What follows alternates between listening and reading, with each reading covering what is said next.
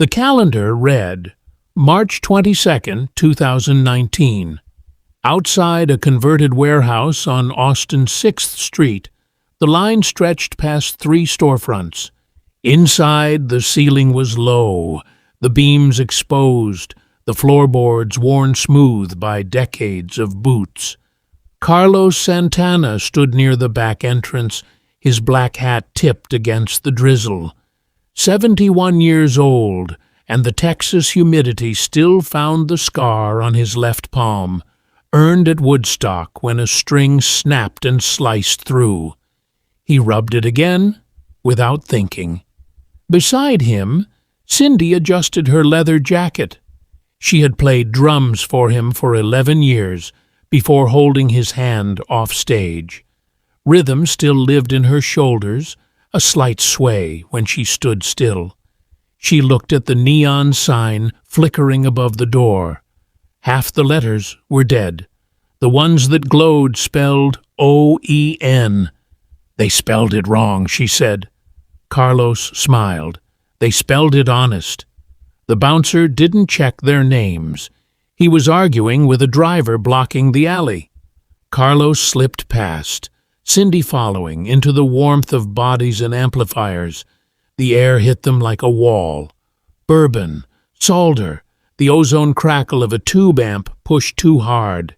80 people stood shoulder to shoulder, cups sweating in their hands.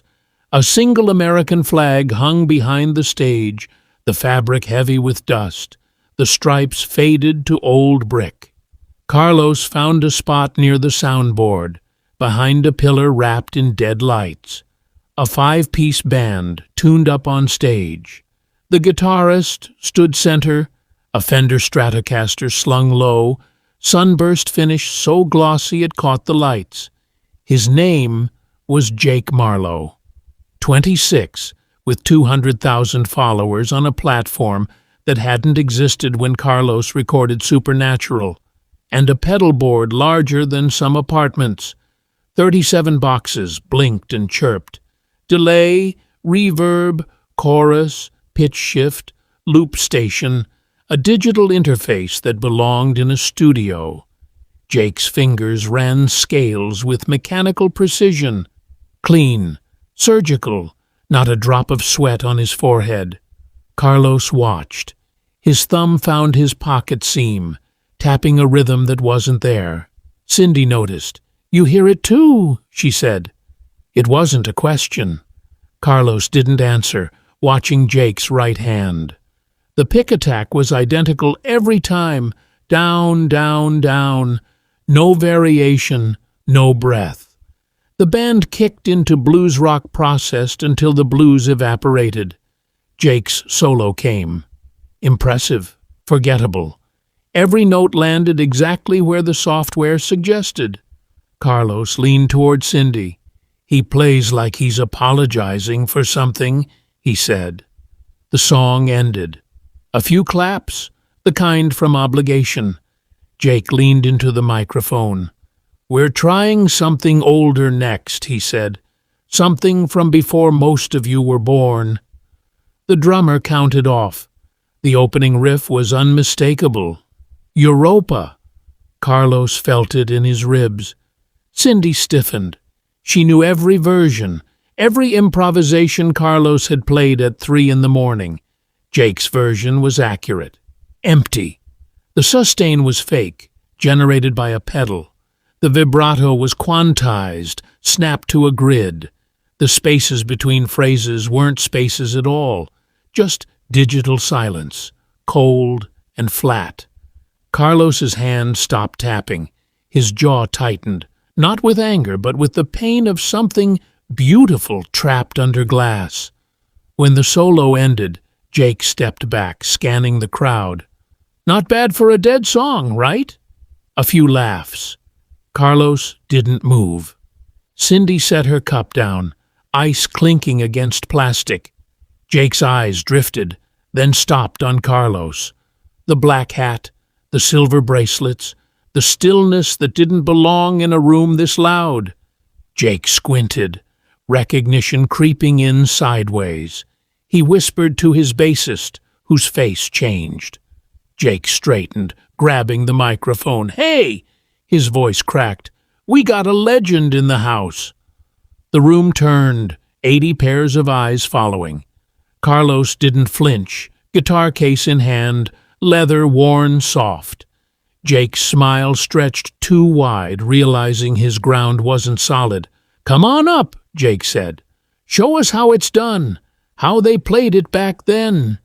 He paused, his next words slow, deliberate, each one placed like a stone on a grave. "Or maybe you can't play like that anymore." The room held its breath.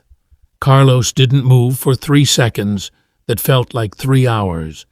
Then he set his guitar case on the floor. The latch clicked. Inside lay a 1958 Gibson Les Paul Standard. Cherry sunburst faded after 50 years of lights. The finish was cracked from notes that had passed through it. Woodstock, the Fillmore, every crack was a memory no pedal board could replicate. Carlos lifted it by the neck, the way a carpenter tests a beam. Cindy didn't follow. She stayed at the pillar, smiling, the smile of a drummer who'd heard Europa 10,000 times and still felt her ribs shift. Carlos walked toward the stage. The crowd parted without being asked, not because they knew him, because they felt something moving through the room that had nothing to do with air.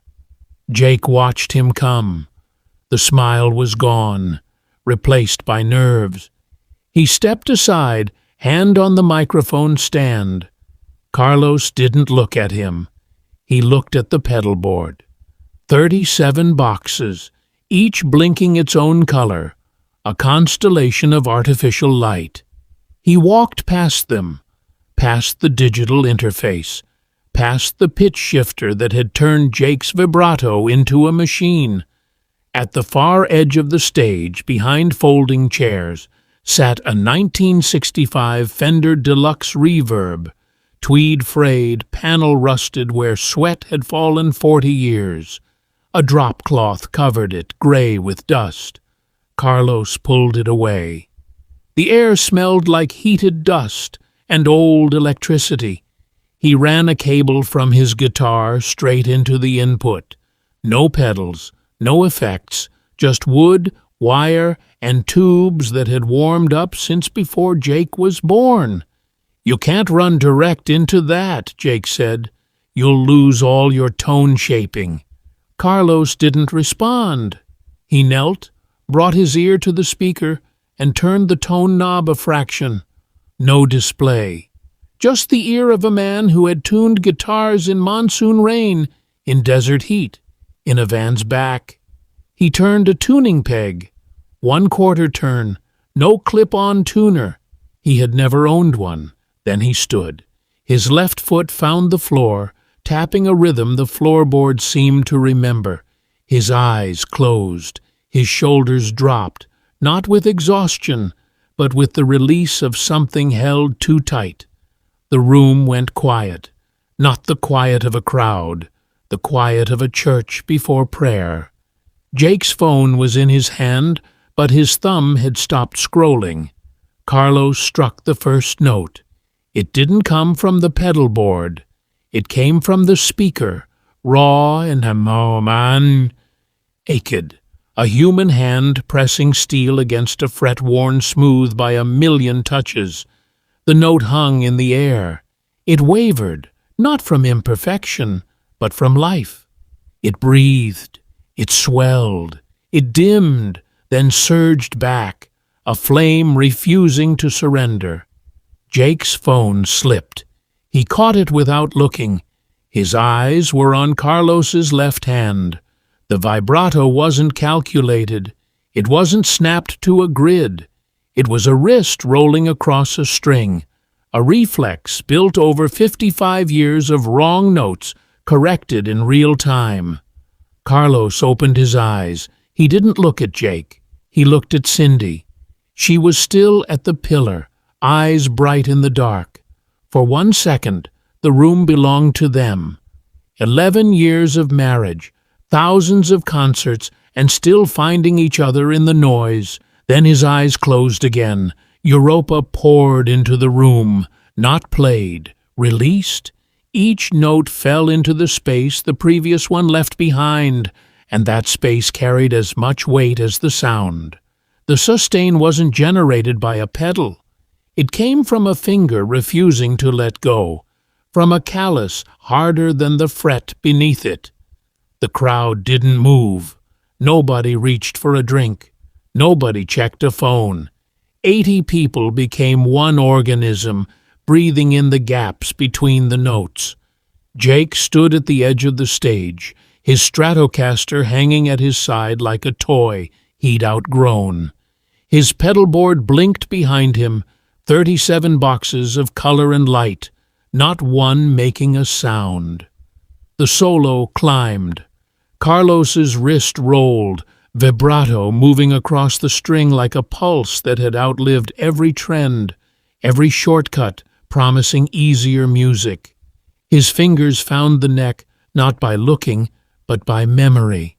A blind man finding his door in the dark. Each bend was a conversation between string and wood, metal crying out and maple answering, a dialogue since before Jake's first power chord. Outside, a man walking past the warehouse slowed, stopped, turned toward the brick wall, as if sound had grabbed his collar. 3 more people joined him, pressing their ears to cold brick, knowing they needed to witness something. Inside, the bartender stopped wiping glasses. The rag hung in his hand, dripping unnoticed onto the stained floor. A woman in the front row found tears running down her face, not from sadness. She didn't even wipe them. Halfway through the solo, Carlos opened his eyes. He didn't look at Jake. He didn't look at the crowd. He looked at the American flag behind the stage, dust-heavy fabric, faded stripes, and for one moment the room wasn't a bar anymore. It was every stage he had ever stood on, every hotel room where only a guitar kept him company in the lonely hours. Then his eyes found Cindy. She mouthed 2 words no microphone could have caught. Keep going. He did that. The solo reached its peak, not with speed, but with weight, each note pressing down on the room like a hand on a chest, making 80 people breathe as one, to hold their breath when he held a note, until sustain became a question. Silence answered. Then he stopped. His finger left the string. The note didn't end.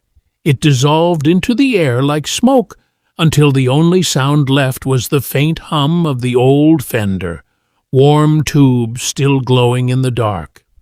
3 seconds, 5. Nobody moved. No one clapped. It would have felt like interrupting a prayer. Then the door swung open. The man from the street walked in and froze. His eyes went to the stage.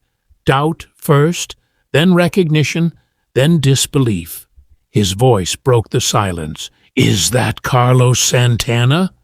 The name rang through the room like a bell. 80 people understood the same thing at once, but each looked somewhere different. Some at Carlos, some at Jake, some at their own hands. The color drained from Jake's face. His knees gave, and he caught the monitor. Everything he'd said came crashing back. You can't run direct into that. He'd tried to teach Carlos Santana how to use an amp. He'd told the man who played Woodstock, who won 10 Grammys, who sold 100 million records, that his sound would be thin without processing. Scattered applause started careful, afraid of breaking something fragile. Carlos walked to the edge and held the Les Paul out to Jake. Jake wanted to take it, but his hands wouldn't cooperate. Words came, cracked and rough. "I didn't know." Carlos placed the guitar in Jake's hands, unhurried, the way you'd hand someone something that could break. He looked at him long and steady, without judgment. No triumph, No superiority. A 26-year-old kid, knees shaking, living through the worst moment of his life. Carlos saw his own 26 in that face. He rested his hand on Jake's shoulder.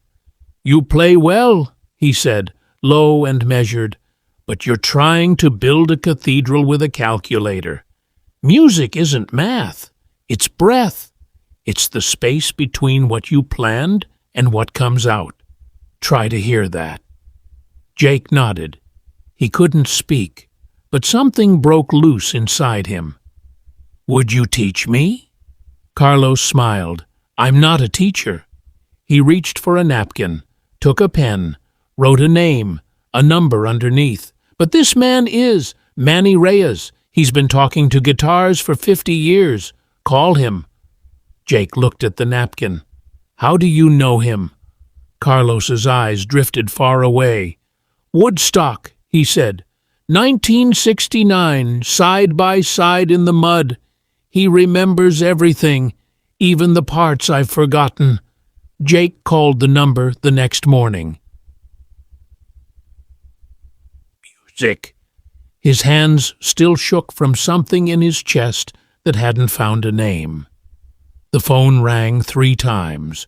A voice answered, gravel and honey, a man who had spent more mornings with coffee and a guitar than with a newspaper. Manny Reyes. 73 years old, white beard reaching his collarbone, fingers carved from oak. He ran lessons from a one-room studio above a bakery in the Mission District. The walls were covered in photographs, Polaroids curling at the edges, Jimi Hendrix with his head thrown back, B.B. King wiping sweat with a handkerchief that had seen 1,000 stages.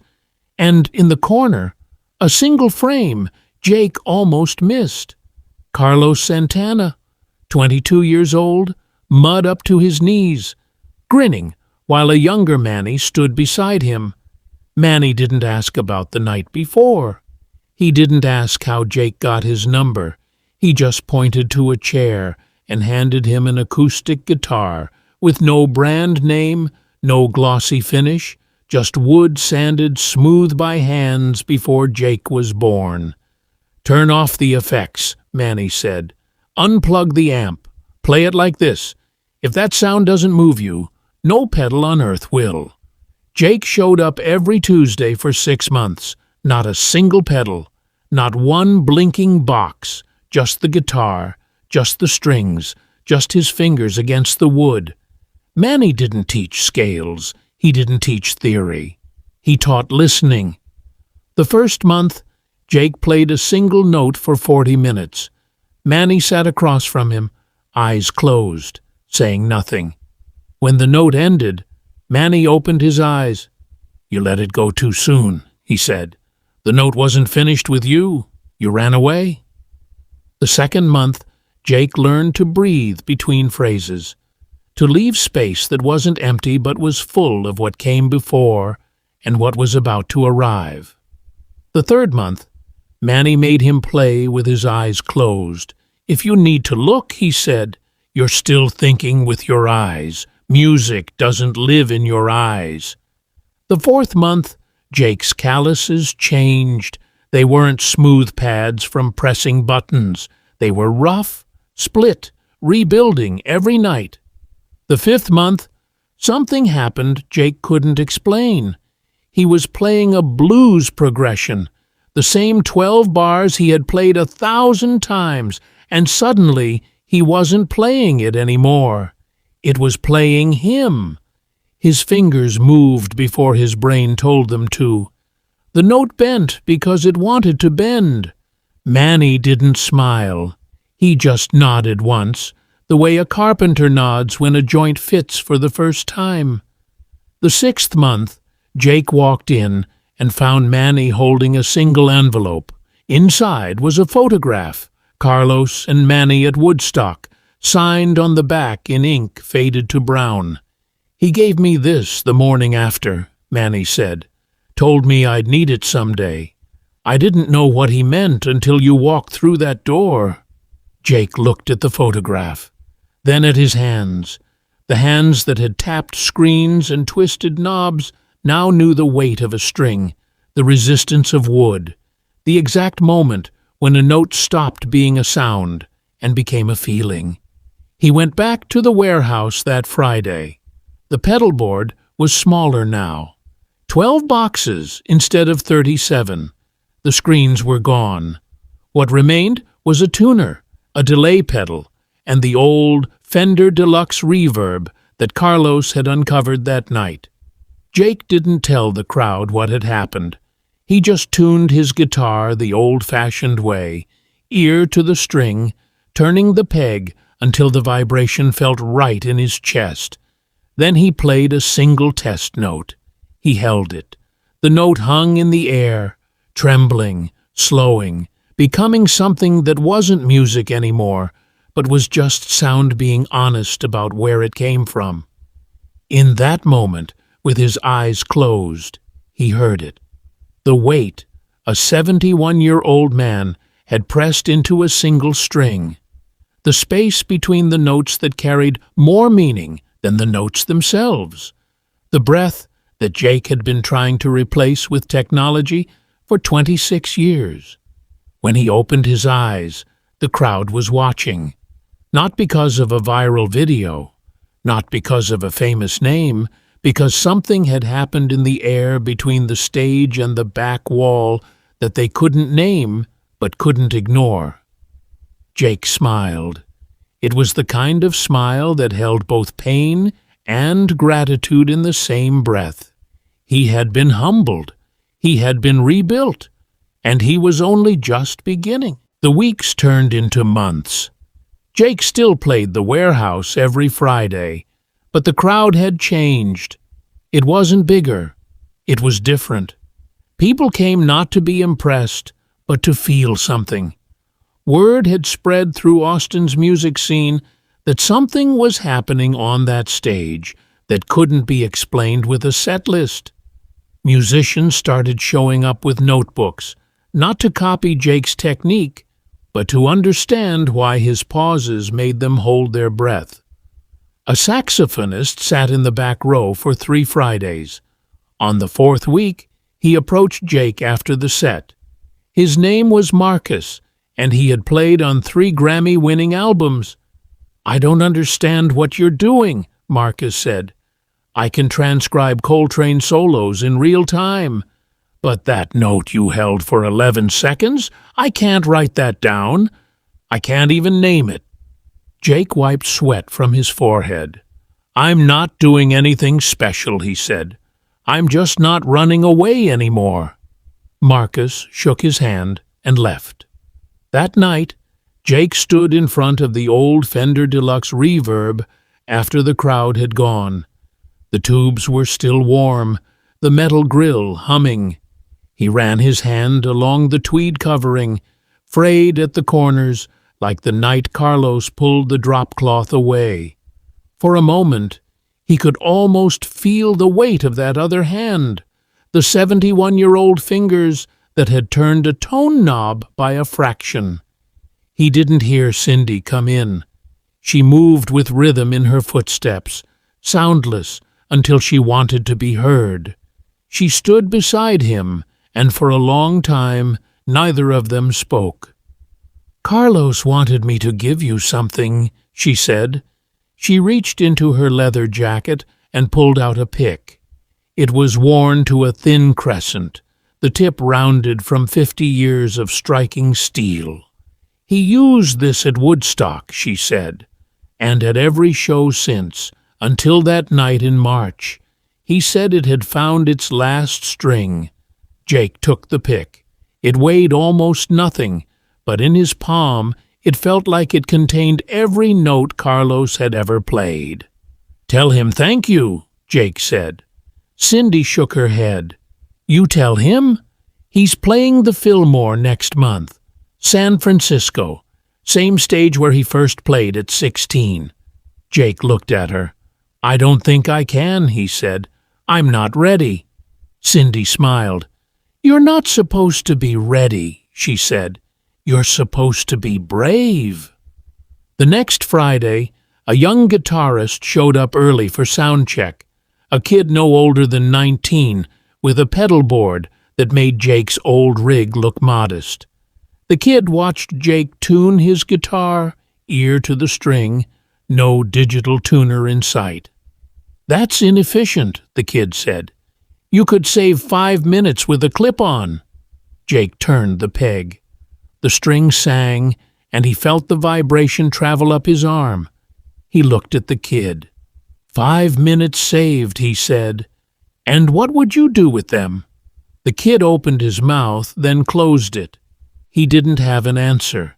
Jake smiled. It was the same smile Carlos had given him, holding no judgment, only the memory of having once stood where the kid was standing. "Play me something," Jake said. The kid plugged in, turned on 12 effects at once, and launched into a solo that was technically perfect and emotionally vacant. When he finished, he looked at Jake with the same expectation Jake had once looked at Carlos with, waiting for validation. Jake didn't say anything for 10 seconds. Then he pointed to the old Fender in the corner. "Unplug everything," he said. "Run one cable straight into that amp. Play one note. And don't let it go until it tells you its name." The kid laughed. "That's not how music works," he said. Jake picked up his acoustic and played a single note. He held it. The note trembled, slowed, becoming something that filled the empty warehouse air without trying to impress anyone at all. The kid just stopped laughing. The kid didn't move. He stood there, with his 12 effects still humming, the digital delay repeating his last note, staring at Jake's acoustic like it had spoken a language he didn't know. Jake didn't say anything. He held the note until it faded into the hum of the old Fender, then lifted his fingers and waited.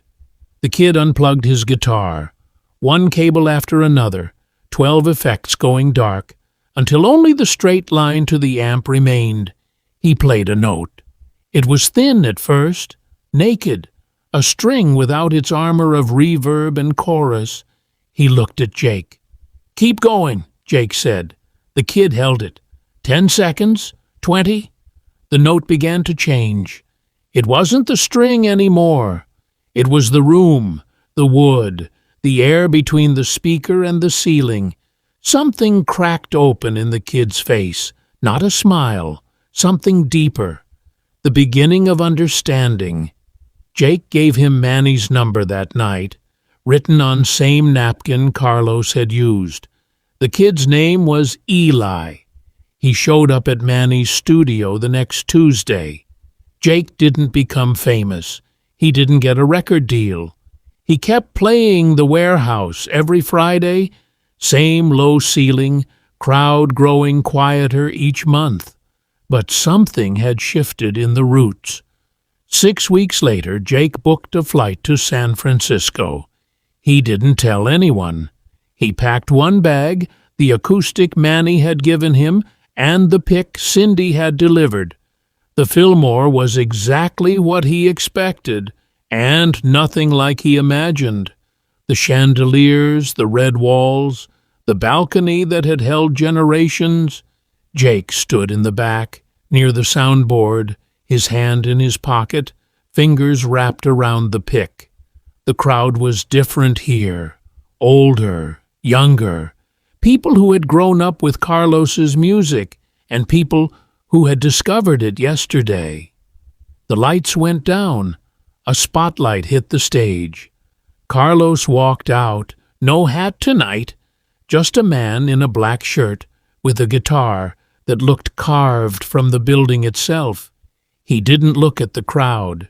He looked at his left hand, scar catching the light, and he smiled, not at anyone, at the memory of something. The first note rang through the Fillmore, and Jake felt it in his teeth. This was different from the warehouse. This was a cathedral. But the note was the same, raw, exposed, refusing to apologize for taking up space. Carlos played Europa. Jake closed his eyes. When he opened them, tears were running down his face, and he didn't care who saw. Halfway through the solo, Carlos looked up. His eyes scanned the back of the room, past the soundboard, past the balcony, and stopped on Jake. For 1 second, the legend and the student looked at each other across 3,000 people. Carlos didn't nod. He didn't smile. He just held a note 3 beats longer, and in that extra space, Jake heard everything. "Thank you. Keep going. I'm still here." The note ended. The crowd erupted, but Jake didn't clap. He stood there, the pick warm in his palm, understanding something Manny had tried to teach him, but that only Carlos could show in a single glance. The music doesn't belong to the player. It belongs to the listener. And the listener, if he's brave enough, becomes the next player. After the show, Jake didn't go backstage. He walked out of the Fillmore onto the street where fog was rolling in and played a single note on his acoustic, right there on the sidewalk. A woman walking past stopped. Then a man. Then 3 teenagers arguing about a video game. They stood in a circle around Jake, not knowing why, only knowing something was happening that they needed to witness. Jake held the note. He didn't let it go. And in that moment, on a street in San Francisco, the distance between Woodstock and Austin, and every stage in between, disappeared. Some lessons take longer than a single night, but some nights crack open a door that stays open for a lifetime. The years moved on. Jake turned 30 in that warehouse, blowing out a candle on a cupcake. The pedal board was down to 4 pedals now. The Fender Deluxe Reverb sat where it had always sat, tweed more frayed, tubes replaced twice, but always the same model. Eli had become a regular in the back row, his own pedal board shrinking month by month. He traded his digital interface for a tube amp. Manny Reyes passed away on a Tuesday in November. Jake found out when the bakery owner met him with red eyes. The studio was exactly as it had been. The photographs still on the walls, the acoustic still in the center chair. Jake sat down and played a single note. He held it for Manny, for Carlos, for every teacher who had handed a student something they couldn't see yet. When the note ended, he took the photograph from the wall. The warehouse shows became something else, not bigger, but deeper. Musicians started bringing their students, not to perform, to listen, to sit in the back row with notebooks that stayed blank because there was nothing to write down. A violinist from Juilliard flew in from New York, sat through 3 sets, and left without a word. A cellist from Berlin came the next month, then a pianist from Tokyo. They didn't play. They just sat there, breathing in the gaps between Jake's notes. One night, a woman approached Jake after the set. She was 60, gray hair pulled back, hands that had held a guitar for 40 years. She told him she had been at Woodstock, not on the stage, in the mud. She had heard Carlos play that morning, before the rain, before the legend, when he was just a kid with a guitar. She said Jake's playing reminded her of that morning, not because it sounded the same, because it felt the same, like something being born. Jake didn't know what to say. He handed her his guitar and asked her to play something. She played a single note. It was rough, her fingers stiff from arthritis, but it was honest. The note wavered, dimmed, then found its footing. Jake smiled. The same smile Carlos had given him, the same smile Manny had given him, the smile that said, "You're on your way, keep going." She handed the guitar back, tears in her eyes, and left. Jake never saw her again, but every Friday after that, Before the first song, he played a single test note and held it. He wouldn't let it go. The note would hang in the air, tremble, slow.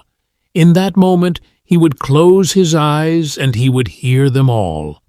Carlos at the Fillmore, Manny in his studio, the woman in the mud, the kid with 12 effects who had stopped laughing, and somewhere in the distance, a sound he hadn't heard yet.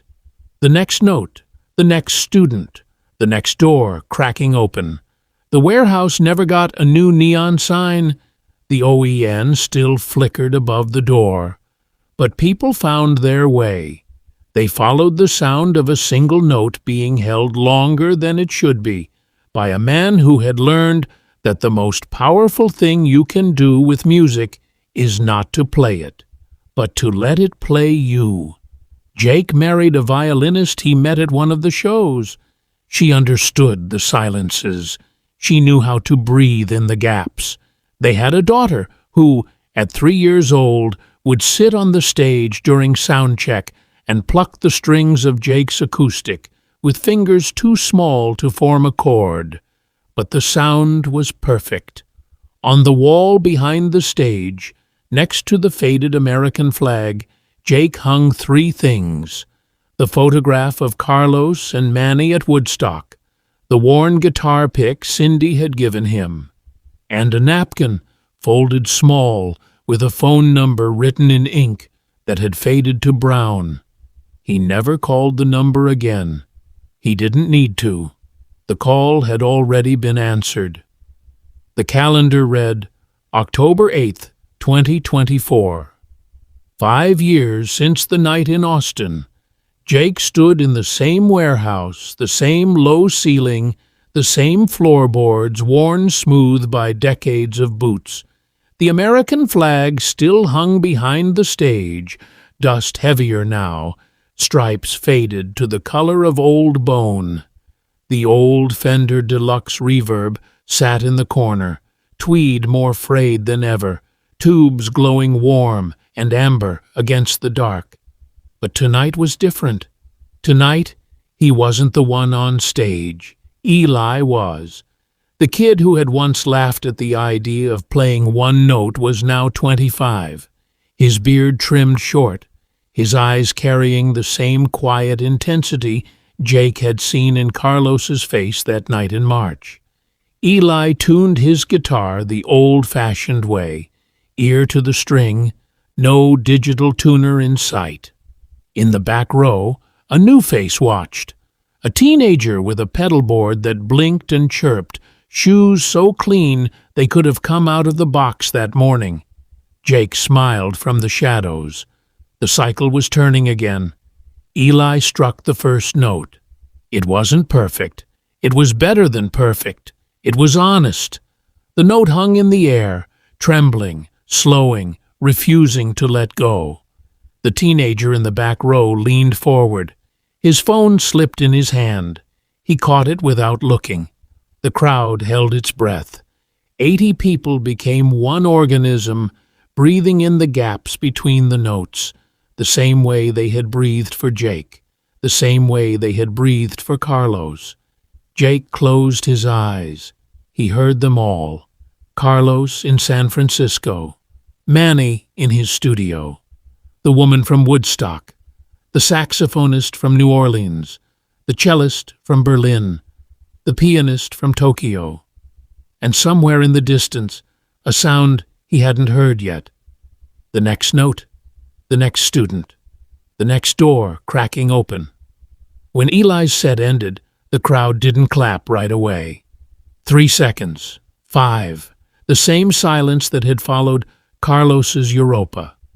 Then the applause came, not loud, not frantic, but deep.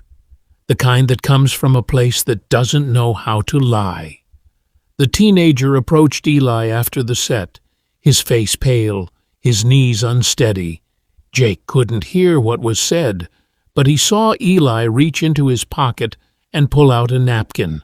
He saw him write a name, a number. He saw him hand it over with the same unhurried care Carlos had used 5 years ago. The teenager took it, his hands shaking, and walked away into the Austin night. Jake stepped out into the drizzle, the same drizzle that had greeted Carlos. He walked past the neon sign, still flickering OEN, still spelling it honest. His daughter was asleep in the car, her fingers curled around an air guitar she had drawn on paper with crayons that had melted in the Texas heat. His wife was waiting, the engine running, the heater pushing against the autumn chill, her eyes meeting his through the rain-streaked windshield with a small smile playing at the corner of her mouth. Jake paused at the door, his hand in his pocket, fingers wrapped around the worn pick that had started everything. He looked back at the warehouse, at the memos, at the light spilling from the windows, at the sound of Eli packing up his gear. He played a single note in his head. He didn't let it go. The note would live here forever. Some stories don't end. They just find new hands to carry them. We'll say goodbye to you in just a moment with a word from Carlos Santana himself. But first, we want to say something. On this channel, we make videos to pass on the beautiful things that have flowed through Carlos Santana's heart to future generations. You can support us by subscribing to our channel and liking our videos. Let's close with this unforgettable word from Carlos Santana. The most valuable thing you can own is an open heart. Open your heart, and the music will find you.